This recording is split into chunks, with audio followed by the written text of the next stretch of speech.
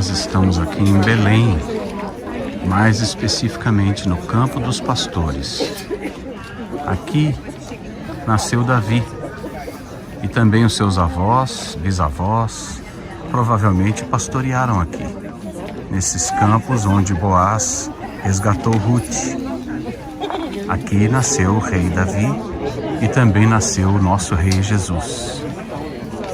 Belém, onde nós vamos ouvir uma palavra vinda dos céus, vinda do Senhor para os nossos corações. Aqui em Belém, casa do pão. De mim para ser ungidos, rei. Ah, não, faltou um. O menino que cuida das ovelhas, o pastorzinho de ovelhas, segundo a Bíblia, ruivo de gentil aspecto, nada ameaçador, nenhum porte de guerreiro. E foi ele que Deus escolheu como rei de Israel. E a gente vê que logo depois desse momento que Samuel unge Davi, rei de Israel, ele vai enfrentar Golias, e a gente também já falou sobre isso. Primeiro ele tem que enfrentar os problemas da sua própria casa, seu próprio irmão mais velho. Eu fico imaginando a frustração de Eliabe quando viu Davi sendo ungido rei. Ele tinha porte de rei, ele tinha um jeito de sucessor de Saul, e Davi era o menos provável de sua casa. E nada disso é coincidência, gente. Nada disso é coincidência. Deus já está avisando para o seu povo Israel que ele unge o que ninguém ungiria. Ele escolhe quem ninguém escolheria. E que o seu próprio Messias iria vir de um jeito menos provável. Não na embalagem que os judeus esperavam. Não um Messias, um grande líder político, como os judeus esperavam, mas um rei que viria de forma humilde, um rei que voluntariamente se faria pobre. Lá em Coríntios, o apóstolo Paulo diz à igreja aos Coríntios, que ele voluntariamente pobre se fez para que nós fôssemos ricos. E quando ele está falando disso, ele não está falando do evangelho da prosperidade. Ele está falando que nós seríamos ricos em graça, amor, misericórdia. A graça é o maior presente que o ser humano podia receber. A maior riqueza que a gente pode receber é a graça, o perdão que a gente não merece. A salvação que não é por mérito, mas pela graça de Deus. E aqui também foi mencionado Boaz e Ruth. A gente sabe da história da Moabita. E quando a gente olha para a ascendência, para a genealogia de Jesus, como ele foi antecipado pelos menos prováveis. Então a gente pode se lembrar de Tamar. Tamar se deita com seu sogro. Olha isso. Ela se casa com o filho de Judá. E aquele primeiro filho de Judá que se casou com Tamar não fez o que era bom diante do Senhor, o Senhor o matou. Aí ela se casa com o irmão dele, para que ele então suscitasse no ventre de Tamar descendência para Judá.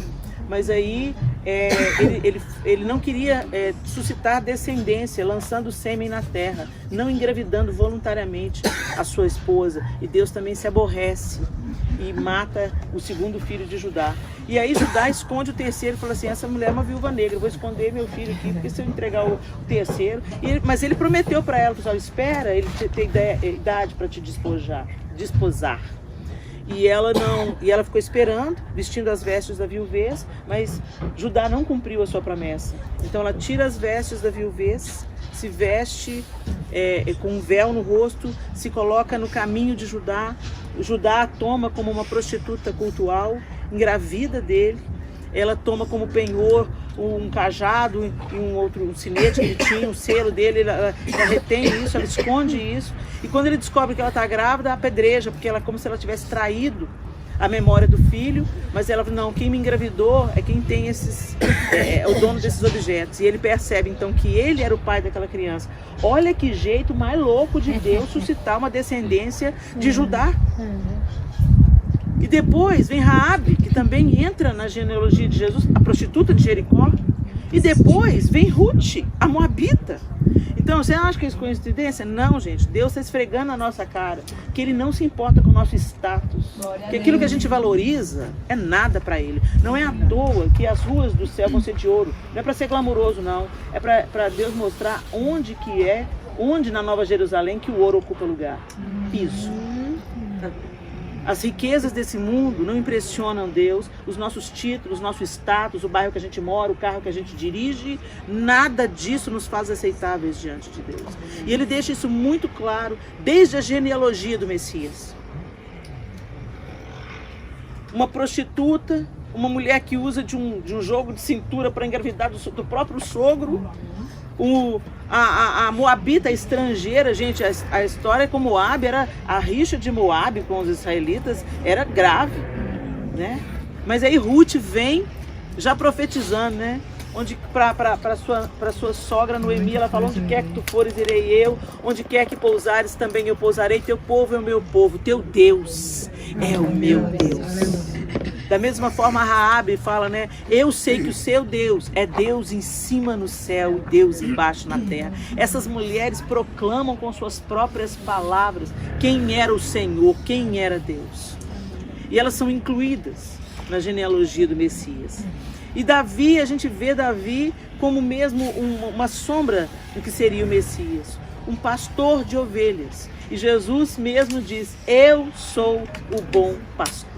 Ele mesmo fala: eu sou o bom pastor. As minhas ovelhas, elas conhecem a minha voz. Hoje a gente está tão afetado, gente, pelo padrão de Lúcifer nessa terra, que a gente gosta de status e de poder nessa terra. Tudo que Jesus rejeitou, a gente está querendo para nós. Tudo que ele desprezou, a gente acha legal. E é essa reflexão que eu queria trazer hoje para vocês. Será que a gente vive, né? Jesus, eu já disse isso aqui, ali em Filipenses, o apóstolo Paulo, na sua carta aos Filipenses, ele vai dizendo que esteja em vocês o mesmo Espírito que governava Cristo, né? Sede governados pelo mesmo Espírito de Cristo, que a si mesmo se esvaziou, assumindo a forma de servo. Foi por isso, porque ele se esvaziou e assumiu a forma de servo, que Deus o exaltou soberanamente. Ele deu um nome que é sobre todo nome, diante do qual todo joelho irá se dobrar. Se esse é o modelo de Cristo, por que a gente prefere o modelo desse tempo? Se o modelo de Cristo é o autoesvaziamento, dar a sua própria vida, andar a segunda milha, dar a túnica e também a capa, querer trazer glória não para o seu próprio nome, mas para o nome de Cristo, o que está acontecendo com a gente, gente? Olha, se nós éramos afetados pelo espírito de orgulho, que todo pecado nasce no orgulho, né? Todo pecado nasce no orgulho, tem a sua origem no orgulho. Quando você vai pensando no Éden, quando a serpente faz a proposta para a mulher, ele fala assim: mas é claro, como é que é? Deus falou que você vai morrer, mas é claro que você não vai morrer. Você vai ser como Deus. E ele continua financiando esse projeto. A gente continua querendo ser como Deus. A gente quer ser cabeça e não cauda. A gente pega a própria Bíblia e distorce a Bíblia para justificar os nossos projetos de poder até dentro das nossas comunidades de fé. A gente usa o pastor, o pastor não é aquele que abusa a ovelha. O pastor é aquele que cuida da ovelha. Por isso que Jesus disse que ele era o bom pastor. E tem gente que não se contenta com ser pastor. E fez da caminhada de fé e obediência ao chamado pastoral uma trajetória de sucesso, uma carreira, um plano de carreira.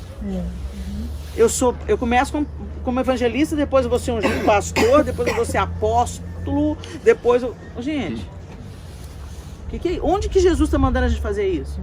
A Bíblia fala sim, que ele ungiu uns para apóstolos, mestres, pastores, mas não é plano de carreira, não.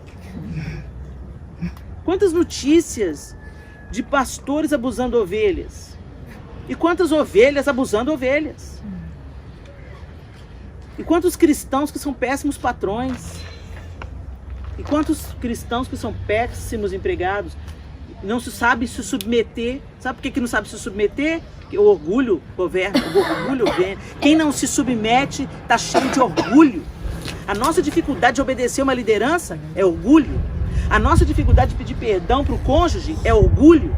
A nossa dificuldade de reconhecer os nossos erros diante dos nossos filhos, mesmo eles sendo menores, ou sendo mais vulneráveis, ou sendo mais inexperientes, é orgulho. Porque não é porque eu sou mãe do Arthur que eu vou acertar todas. Não é porque eu sou mãe do Arthur, do Miguel, da Sofia, da Clara, que eu também não erro e tenho que pedir perdão para eles.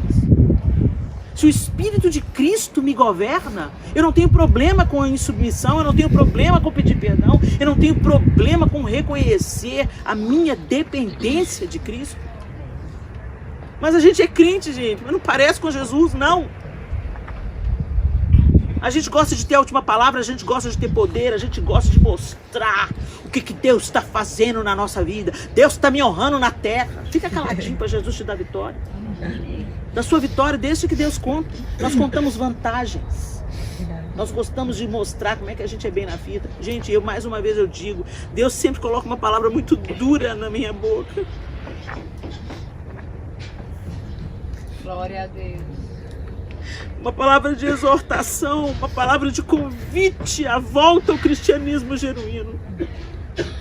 Mas eu garanto para vocês que essa palavra dói primeiro em mim. Ela primeiro castiga o meu lombo.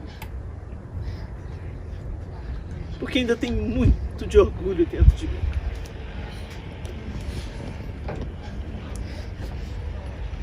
Mas o Senhor não quer que a gente continue acomodados ao nosso pecado. Sim, nós somos imperfeitos. Sim, tentando acertar, nós erramos. O apóstolo Paulo falou: o bem que eu quero fazer, esse eu não faço, mas o mal que eu não quero, esse eu faço. Isso é tão a gente. Mas Ele não quer que nós continuemos assim. E o resultado desse orgulho, dessa arrogância, dessa insubmissão, alguém manda você fazer alguma coisa, ou alguém te corrige, dói. Quem aqui já sentiu isso? Alguém te corrige, mesmo que amorosamente, mesmo que a gente escolha as melhores palavras e fala: ô fulano, não faço não, você está falando doce, te dá, você cresce com um pouco espinho. Acontece comigo também. Isso é o orgulho doendo. O orgulho não tem que doer, gente, ele tem que morrer. E é por isso que nós estamos exaustos. O orgulho faz a mão de Deus nos resistir.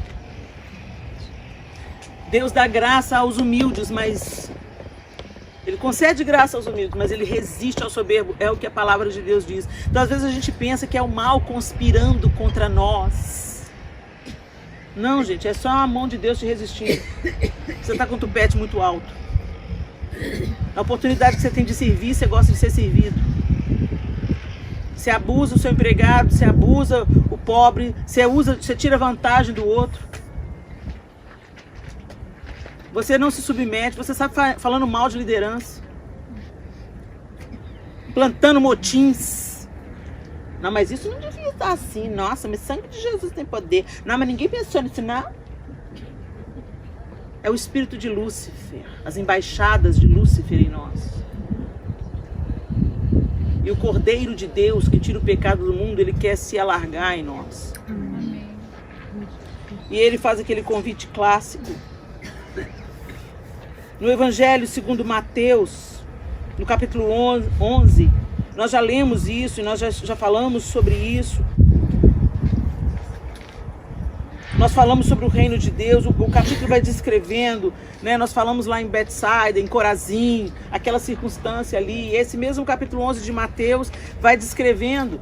Jesus é aqui nesse capítulo que ele vai falando: ai de ti, Corazim, ai de ti, Betsaida. Se tivesse acontecido em Sodoma, os milagres que se viram em você, você teria um final diferente.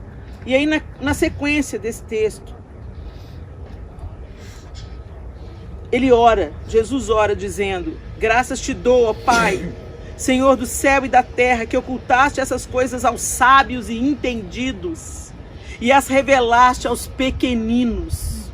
Quando Jesus nasce em Belém, no campo dos pastores, os anjos vêm anunciar. Nós estamos aqui num lugar chamado Campo dos Pastores. A gente não sabe se foi exatamente aqui, mas foi nessa região que os pastores que estavam ali cuidando dos seus rebanhos receberam o sinal, a anunciação, porque hoje na cidade de Davi um menino vos nasceu, um filho se vos deu. Os anjos estão anunciando o nascimento do Messias para pastores. E desde todos os tempos, pastores são vistos como gente de categoria inferior. Pastores não são bem-vindos. Desde lá da terra do Egito, vocês lembram do Egito? Pois é. José instrui a sua família para falar: olha, fala que vocês cuidam de ovelhas e eles vão dar vocês para um lugar bem distante. Uma terra boa, mas uma terra distante. Ali do poder, da majestade do Egito, do poderio, da riqueza do Egito. Porque pastores não eram bem vistos. Pastores não eram bem-vindos. Um povo de segunda categoria. E Jesus diz: eu sou pastor. O rei Davi era pastor. Deus está sendo intencional no propósito deles. Na medida que nós nos esvaziamos, Ele pode nos encher. Na medida que nós nos humilhamos, Ele pode ser exaltado através de nós. Mas enquanto nós agirmos confiados no nosso talento, confiados naquilo que podemos e sabemos fazer, nós vamos fracassar miseravelmente como filhos de Deus. Uma coisa que me impactou muito logo que eu conheci a Edmeia. Eu fui lá na casa de Maria e Marta fazer uma entrevista com ela, lá no Morro Dona Marta, e a gente estava conversando, e a gente ainda não se conhecia tão bem. Eu estava ali, sedenta, para colar na Edmeia, extrair dela, igual um carrapato, toda a vida que ela pudesse me dar. E a Edmeia me levou no terraço da casa de Maria e Marta, e ela estava me falando sobre tudo, e ela falou assim: eu tenho uma área na minha vida que eu tenho que vigiar. Não sei nem se ela lembra dessa conversa. E eu, toda curiosa: Edmeia, me conta. Ela falou assim: nunca tive problema com pecado sexual. Tive um bom marido, vivi para ele. E quando eu fiquei viúva, eu me entreguei para o Senhor e falei assim: eu vou viver só para o Senhor. Não me caso com homem nenhum, eu vou viver para o Senhor. Nunca tive problema com isso, mas eu tenho problema com orgulho. É uma área que eu tenho que vigiar na minha vida. Naquele dia ela fez eu olhar para dentro de mim. Eu falei: meu Deus, eu também tenho problema com orgulho. Talvez Edmeia, nós não entramos mais profundamente. Eu temi continuar conversando, porque aquela resposta me impactou muito. Mas talvez Edmeia tenha problema com orgulho porque não sabe muito. Porque é uma mestra. Porque é uma profunda conhecedora da palavra. E a Bíblia diz que todo conhecimento do mundo é lixo, é loucura, se ele não for revestido pelo conhecimento e a humildade de Cristo. Não queremos demonizar o conhecimento aqui, muito pelo contrário, nós precisamos de mestres. Precisamos de gente que estude, de gente que leia, de gente que entre nas faculdades, de gente que faça a diferença. Mas que todo o conhecimento que recebemos seja revestido da humildade de Cristo. O conhecimento é para servir, não é para pisar. Conhecimento não é para nos dar a falsa impressão de que somos superiores aos outros. E o mestre de toda sabedoria, de todo o conhecimento, ele agradece o Pai porque as riquezas do reino de Deus, Deus estava revelando para os pequeninos. Não foi para os eruditos, não foi para Jerusalém, não foi para os fariseus, a alta elite religiosa. Foi para os pequeninos. Não foi em Jerusalém que a trombeta tocou anunciando o nascimento do Messias nessa cidade. Foi num campo de pastores. E na sequência ele fala: todas as coisas me foram entregues por meu Pai, e ninguém conhece o Filho senão o Pai, ninguém conhece o Pai senão o Filho, e aquele a quem o Filho o quiser revelar. Você pensa que você sabe muito? Foi o Filho que te quis revelar o Pai, pela misericórdia de Deus. E ele continua: vinde a mim, todos os que estáis cansados e oprimidos, e eu vos aliviarei.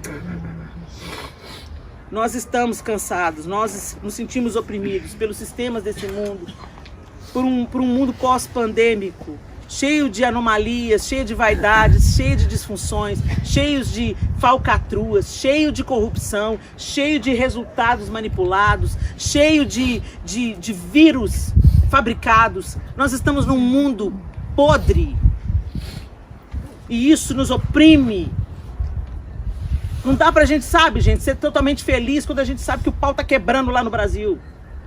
Como não dá pra gente ser feliz quando a gente sabe que lá no Níger tem crianças que estão morrendo, que não tem comida. Se a gente tá totalmente feliz com a nossa vida, gente, tem alguma coisa muito errada com a gente.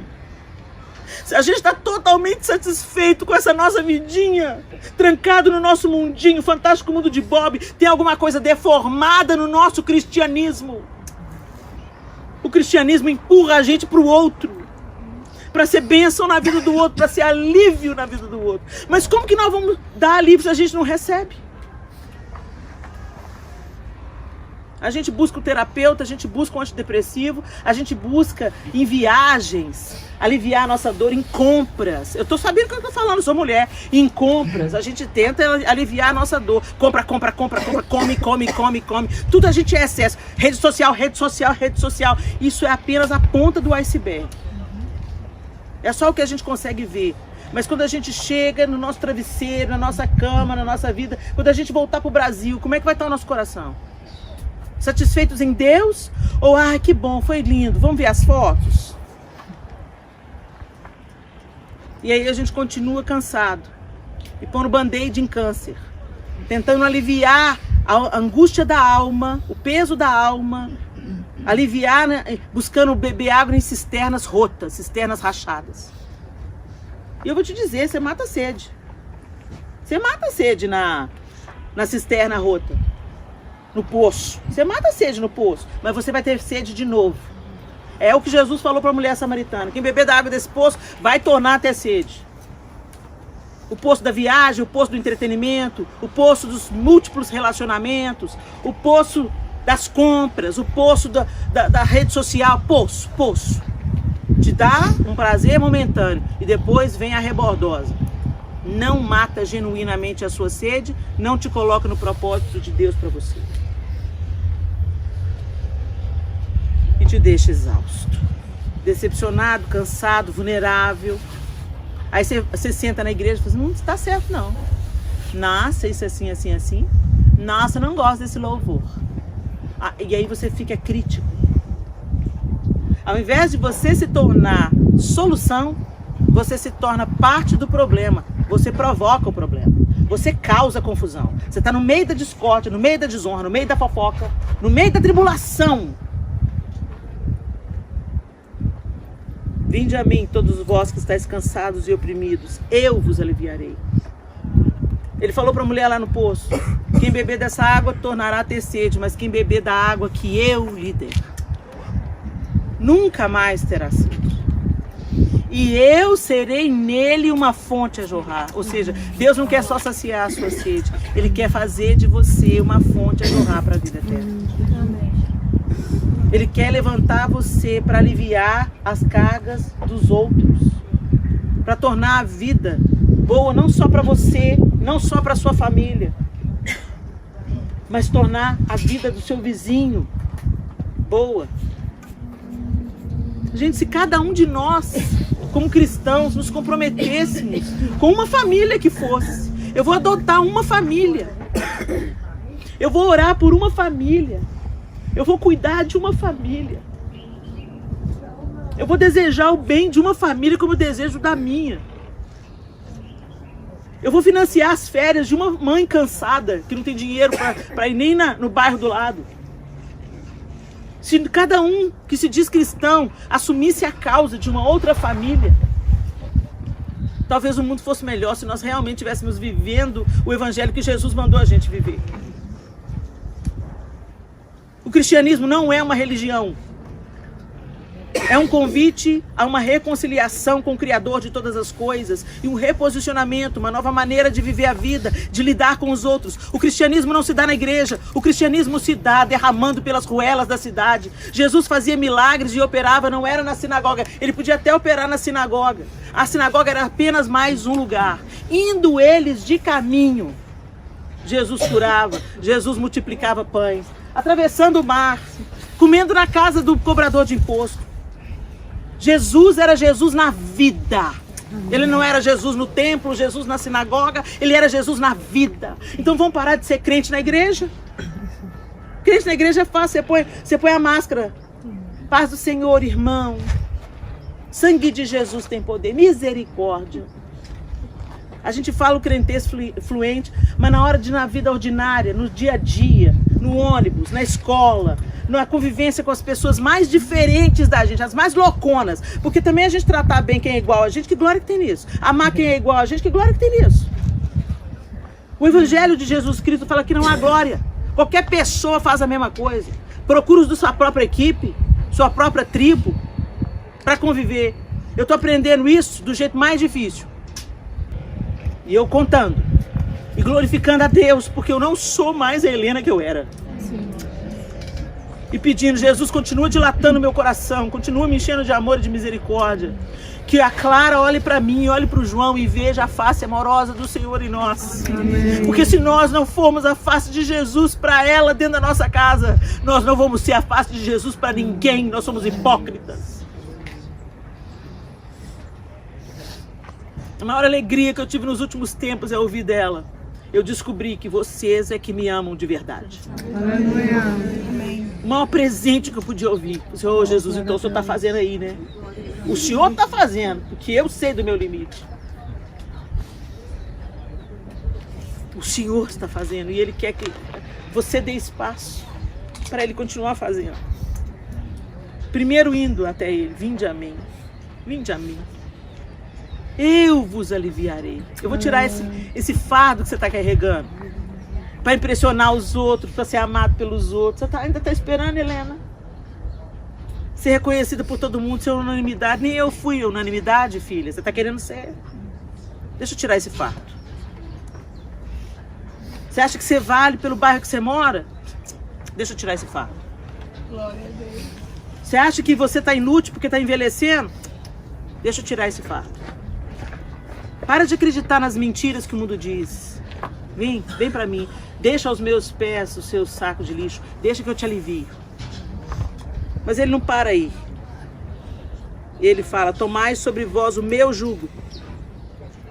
O jugo, gente, é aquele negócio que coloca sobre os bois. Para eles andarem juntos. Vai dirigindo o boi. Para onde ele vai? O do Senhor é leve, Ele nos dirige os passos. Tomai sobre vós o meu jugo e aprendei de mim, que sou manso e humilde de coração. De coração, gente, é uma humildade de dentro.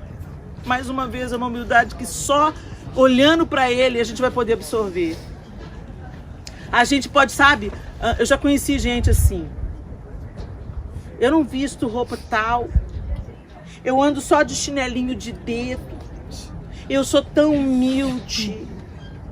Esse é o pior do orgulho. Esse é o pior orgulho. O orgulho de ser humilde. Você pensa que a humildade é um estado aparente, né? Olha como é que eu sou humilde. Gente, quantas vezes lá na minha juventude eu me achava superior às minhas irmãs quando eu ia de saia para a igreja. Eu toda pura. Cabelo comprido, saia, virgem. Tão pura. A gente gosta de se auto-enganar, né? Os fariseus gostavam muito das suas roupas. De santidade. Orgulho. Que em nome de Jesus, gente, a gente aprenda de Jesus a humildade de coração. Um espírito quebrantado e contrito. Um coração que se importa com o outro. Um coração consciente. Eu não posso fazer nada sozinha. Nada. Eu não poderia fazer esse congresso sozinha. Nunca. Primeiro, se eu não tivesse um homem sobre mim. Uma liderança sobre mim. Gentil, que me autoriza, que me apoia, que me ensina, que me inspira, que me envia. Eu não poderia fazer se não fosse a Edmeia, com todo o conhecimento que ela tem, se submeter a mim, que podia ser filha dela. Tem idade para ser. Eu não poderia fazer sem a Guest, sem a Naíma. Tem coisas que nem chegam até mim, tanto de incêndio que ela fica apagando. Auxiliada pelo Juninho, pelo Samuel e pelo Michael. Pelo Tamir e pelo Ilan.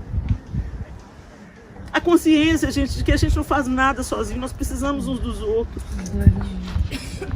Eu preciso da Valéria ministrando louvor, eu preciso do Arthur fluindo naquilo que eles podem fluir, para não ser tão pesado para mim.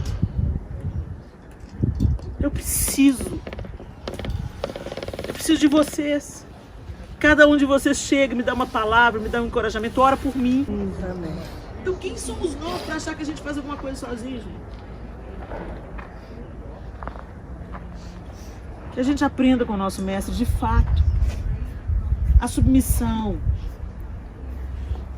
a matar a nossa vontade para que a vontade de Deus prevaleça sobre a nossa. A andar a segunda milha quando a gente está a fim de ficar quieto. A dar aquilo que nos custa e não os nossos restos. Nesse lugar tão adequado. A gente não está dentro de uma igreja luxuosa. A gente não está num templo cheio de vitrais. A gente está sentado em bancos simples, com uma cerca de bambus. Que lugar lindo. A simplicidade é linda. A vida leve é linda. E o cristianismo é para ser vivido assim. Simples, verdadeiro. No dia a dia, ordinário. Como Jesus viveu. Ali na Galileia, no meio do povo de segunda categoria. Pare de buscar a mesa do networking. Busca a mesa da comunhão. Para de usar as pessoas para se dar bem. Para de querer tirar foto com o famoso. Que o Senhor nos ajude. Em nome de Jesus.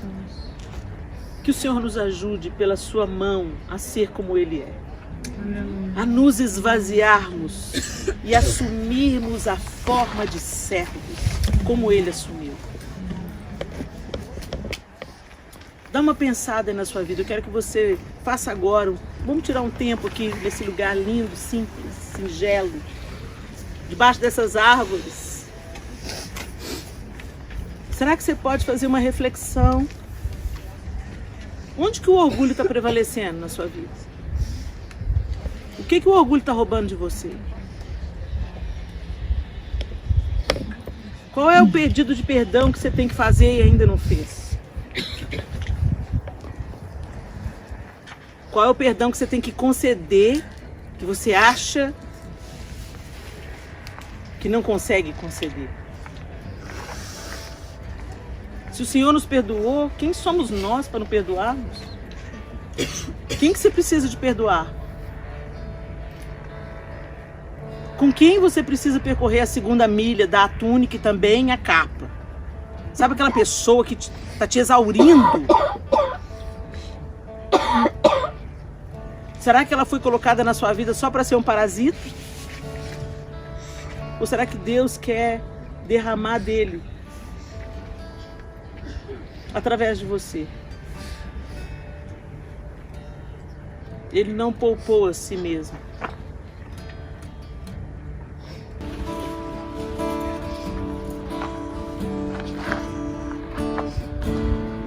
Eu quero me esvaziar de mim. Eu quero me esvaziar da religiosidade. Eu quero me esvaziar de mim.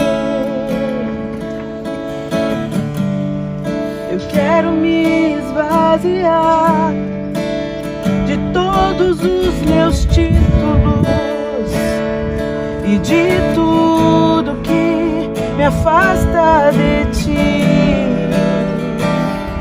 Jesus. Eu quero me esvaziar de mim. Eu quero me esvaziar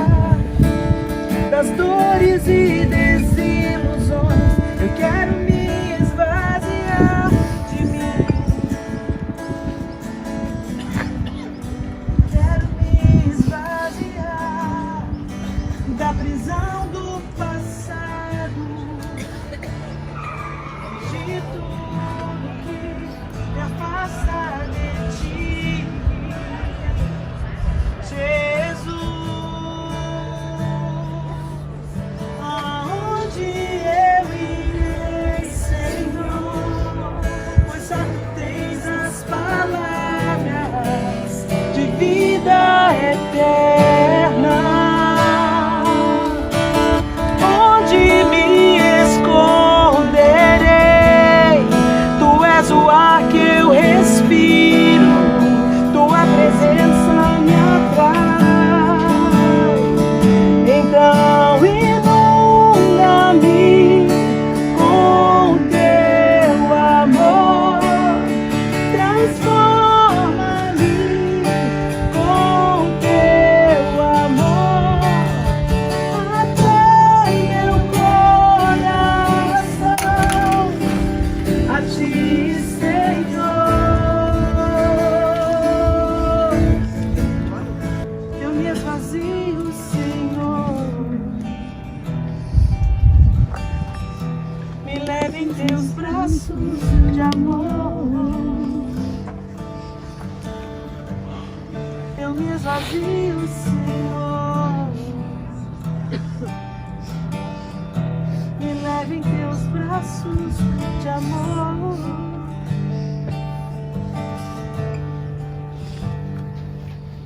Aonde eu irei, Senhor, só tu tens as palavras de vida eterna. Onde me esconderei? Tu és o ar que eu respiro, tua presença me atrai. Nós nos esvaziamos, Senhor.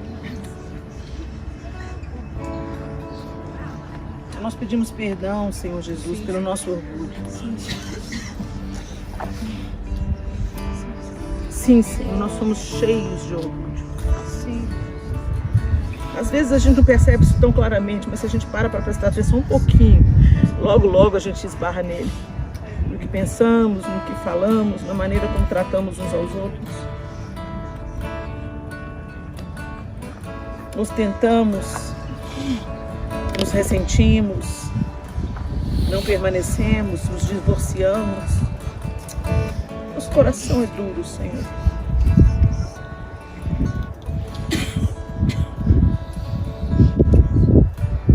Mas o Senhor é manso e humilde de coração. E a gente precisa dessa porção dentro da gente, Jesus. Manso e humilde, manso e humilde, manso e humilde. Os mansos herdarão a terra. A promessa é para os mansos e humildes, não para os valentes e corajosos. Que paradoxo, Senhor. No mundo que valoriza tanto o que o Senhor não dá a menor bola. Que a gente aprenda a ser como Davi e não como Eliabe. Jesus, nos ajuda, Senhor. Ajuda-nos.